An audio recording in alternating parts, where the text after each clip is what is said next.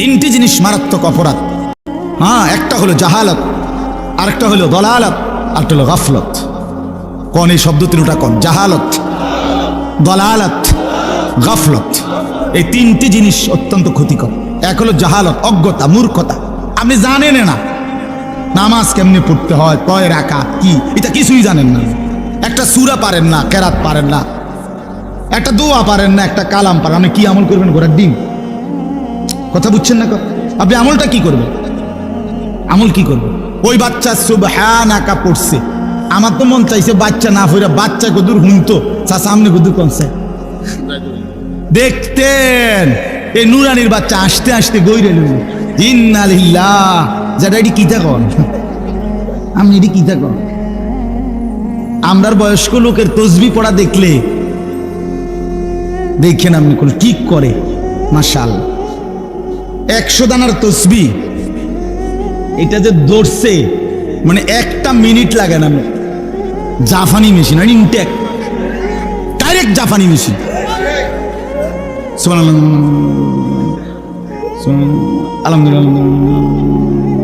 আল্লাহ এটি কিতা সাসা, এগুলো কি? এটা তাসবিহ। আল্লাহ নবী সাল্লাল্লাহু আলাইহি সাল্লাম এভাবে পড়ছে না, এই এমনি। আপনি দেখেন, আপনারা দেখেন 2 রাকাত মাগরিবের সুন্নত, 6 রাকাত আওয়াবিন, 8 রাকাত মানে 2 থেকে 2.5 মিনিটের মধ্যে উড়ে এলেছি পুরা। আমি দেখলাম, আরে করছে কি রে বাবুরে বাবু, কি পড়া পড়লেন? তাব্বাতিয়াদা কোন সময় পড়লেন? কুল হুয়াল্লাহ কোন সময় পড়লেন? আতাইয়াতু কোন সময় পড়লেন? দুরূদ শরীফ পড়লেন কখন? সালাম ফিরালেন কখন? আবার খারাইলেন কখন? আরে ভাইয়া, কোরআনুল কারীমের মধ্যে আছে, বিশ্বাস করেন, রাগ হইেন। কোরআনে আল্লাহ তাআলা স্পষ্ট বলছে, নবীজি মুনাফিকের চিহ্ন বলছে কিছু, নবীজি বলছে কিছু, হাদিসে আছে। আর কোরআন শরীফে মুনাফিকের চিহ্ন আল্লাহ বলছে কি? কোরআন শরীফে আল্লাহ তাআলা মুনাফিকের চিহ্ন বলছে 3টা। এক, ইদা কামু ইলা সালাতি কামু কুসালা। আল্লাহ বলে কে মুনাফিক? 1 নম্বরে হলো আল্লাহ বলেন যারা নামাজে দাঁড়ায় অলস ভাবে, খামখেয়ালির সাথে, এ মুনাফিক। নবীজি বলছে এটা, আর আল্লাহ বলছে এটা মুনাফিক। 2, ইউরাউনান নাসা, যে সমস্ত আমল লোক দেখানোর জন্য করে, এটা মুনাফিক। 3, লা ইয়াযকুরুনাল্লাহা ইল্লা কালিলা, যে আল্লাহর জিকির তাসবিহ গুলো সামান্য আদায় করে কোন রকম জোরাতালি, সে মুনাফিক। কোরআন শরীফের আয়াত, কোরআন শরীফের আয়াত কিনা? কোরআন শরীফের আয়াত। এজন্য খামখেয়ালি করা যাবে না বাপ। আল্লাহর কথা দিল দিয়ে শুনবেন। তাহলে 1 নাম্বার কথা হলো এই অজ্ঞতা। আপনি জানেন না, আপনি জানেন না, আপনি জানেন না বাথরুমে ঢুকতে দোয়াটা কি। আপনি আজকে 60 বছরেও 30 বছরেও কোনোদিন গুরুত্বই দিলেন না, শিখলেন না, তো আপনি কি আমল করবেন? দোয়াটা কেমনে পড়বেন? টয়লেট বাথরুম থেকে বের হওয়ার দোয়াটা আপনি শিখলেন না কোনোদিন। এজন্য অজ্ঞতা অভিশাপ, জাহালত একটি বিপদ, অজ্ঞতা, না জানা। 2 নাম্বার হলো দলালাত, পথ হারায় ফেলা, পথ হারায়। আল্লাহ বলে এদিকে, আপনি যান হেদিকে।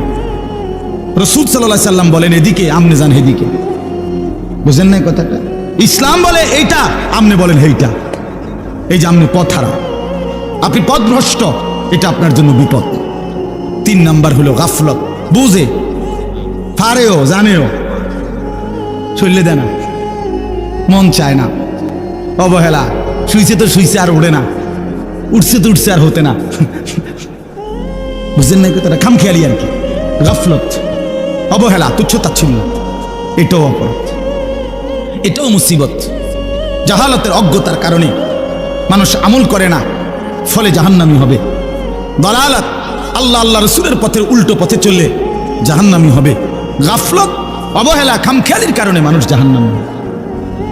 কোরআন শরীফে আছে, কোরআনুল কারীমে আল্লাহ বলছেন যত লোককে আমি আল্লাহ জাহান্নাম দেব, ওয়ালাকাদ যারানা লি জাহান্নামা কাসীরাম মিনাল জিন্নি ওয়াল ইনস। আল্লাহ তাআলা বলেন আমি অগণিত মানুষ এবং জিন দিয়া জাহান্নামকে পূর্ণ করব। আল্লাহর কসম বাবা শুনেন, এ আল্লাহ পরিষ্কার বলছে যত লোককে আমি জাহান্নামে ফেলবো সকলের সম্মিলিত একটি কারণ, উলাইকা হুমুল গাফিলুন। এটাই আয়াতের শেষ কথা। উলাইকা হুমুল গাফিলুন। কেন এরা সকলেই জাহান্নামী? আল্লাহ বলেন কারণ এরা সকলেই গাফেল। কি গাফেল? এই সমস্ত গাফেলের পরিণতি জাহান্নাম, জাহান্নাম। আল্লাহ তাআলা আমাদেরকে হেফাজত করেন। এজন্য ভাই আমার, রাত গভীরে লম্বা করতে চাচ্ছি না, এই প্রথম কথা এটা বুঝাইলাম। আল্লাহর কথা আমি প্রতিদিন বলি, প্রত্যেক বয়ানে 2, 4, 10, 20 মিনিটই কথাটা বলি। ওই আমাদের দেশের হলো জনপ্রিয়তার একটা মোহ আছে মানুষের। উনি একটু জনপ্রিয়, হয়তো উনি কইলে হুনুন না, এটা কোনো কথা না। এটা তো ব্যক্তির হলো। আল্লাহর কোরআন এটার প্রতি তো মুখাপেক্ষী হলো না। জনপ্রিয়তা ধোঁকা। আল্লাহর দয়ায় কেউ লাখ মানুষের সামনে কথা বলবে, কেউ 1000 মানুষের সাথে কথা বলবে, কেউ একজনের সামনে কথা বলবে, কিন্তু আল্লাহর কথা যেই বলবে, যে কয়জন সামনে থাকুক, সবাই দাম, সবাই দাম। মানে জনপ্রিয়তার কিছু নেই, জনপ্রিয়তার কিছু নেই। এই জন্য আপনাদের কাছে অনুরোধ, আপনারা ওয়াদা করেন, বয়স্ক চাচারা, বাবারা এবং নওজোয়ান সাথী, তোমরা ভাই সবাই মিলে দিল দিয়ে আগামীকাল থেকে প্রত্যেক জুমায় ইমাম সাহেবের জুমার বয়ান মনোযোগ দিয়ে শুনবেন। বলেন ইনশাআল্লাহ, সবাই বলেন ইনশাআল্লাহ। দিল থেকে ওয়াদা করলেন তো? বাটফারি করে হাত উঠাইয়েন না, বাটফারের হাত নামাই এলাম, হাত নামান সবাই, ধোকাবাজ হাত তুললেন না। ইনশাআল্লাহ পাক্কা নিয়ত করে দেখেন, ভালো হইব। আস্তে আস্তে বুঝবেন, অল্প অল্প বুঝবেন। আল্লাহর কথা নূর, কোরআনের কথা নূর, ইসলাম নূর। কোরআনের প্রতি অক্ষর আলো, কোরআনের প্রতি অক্ষর অ্যাটম শক্তি, কোরআনের প্রতি শব্দ বদলে দেয়, জিন্দেগি পাল্টায় দেয়। কাট্টা কাফের মুশরিক মূর্তি পূজক এমন মানুষগুলো আল্লাহর কোরআন মনোযোগ দিয়ে শুনছে, আল্লাহ তাদের দিল বদলাইয়া ইমানদার সাহাবী বানায় দিছে। বলে সাহাবায়ে কেরাম যখন কালেমা পড়ছে, তো তার আগ মুহূর্তে ওনারা মূর্তি পূজক ছিল না, ওনারা কাফের ছিল না, ওনারা অসংখ্য গুনাহে জড়িত ছিল না। সেই অবস্থায় আল্লাহর কোরআন দিল দিয়া শুনছে, জিন্দেগি বদলায় গেছে। হযরত ওমর রাদিয়াল্লাহু তাআলা আনহু বদলাইলো কেন? তাবিজ দিয়া। কথা বলেন, আল্লাহর কোরআন শুন, আল্লাহর কোরআন শুন, আল্লাহর কোরআন শুন। হযরত উসমান ইবনে মাসউদ রাদিয়াল্লাহু তাআলা এক সাহাবী, উনি বললেন আমি মুহাম্মদকে দেখতে আসছি, মুহাম্মদের সাথে উচিত শক্ত কথা বলবো, ঝগড়া করবো, এরকম নিয়তে আসছি। আয়েশা দেখি মুহাম্মদ নামাজ পড়তেছে, আল্লাহর কোরআন পড়ছে, মুহাম্মদ কোরআন পড়ছে। আমি মুহাম্মদের নামাজের অপেক্ষা করছিলাম, ভাবছিলাম নামাজের পরে লাগবো, কথা বুঝেন নাই? কিন্তু আল্লাহর কোরআন মুহাম্মদের জবানের তেলাওয়াত আমার কলিজা ছিঁড়া ফেলছে। আমি নামাজ শেষ সালাম ফিরাইতে দেরি, আমি কালেমা পড়ে মুসলমান হয়ে গেছি। কোরআন জিন্দেগি বদলায় বাপ। কি দুর্ভাগ্য আমাদের। আপনারা যারা নামাজ পড়েন তারাও মসজিদে ইমাম সাহেবের কণ্ঠে মাগরিব, এশা, ফজর এই 3 ওয়াক্ত নামাজে তো ইমাম সাহেবের জবানে পরিষ্কার কোরআন শুনেন, অথচ তারপরেও আল্লাহর কোরআনটা একটু সহি শুদ্ধ করার মানসিকতাটাও আমাদের মধ্যে নাই। কি শুনলেন জীবনে? কি শুনলেন? এত চমৎকার মালিকের কালাম, একটু তর্জমাও শুনতে চাইলেন না।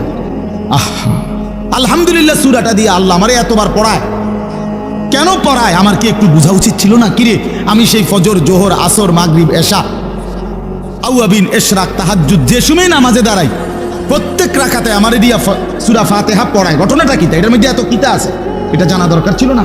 অমনি জিগান না। ওই বাচ্চা দেখেন, ওই চলে গেছে, ওইখানে ওটা লিখছিল ইয়াসিন ওয়াল কোরআনিল হাকিম, হিকমতপূর্ণ কোরআনের শপথ। অর্থাৎ আল্লাহ তাআলা বুঝাইছেন, বন্ধু যে কোরআন নাজিল করেছি, এই কোরআনের প্রতি অক্ষর এই পৃথিবীর সবচেয়ে শ্রেষ্ঠ প্রজ্ঞাপূর্ণ কথা। এর চাইতে দামি, এর চাইতে যৌক্তিক, এর চাইতে সুন্দর,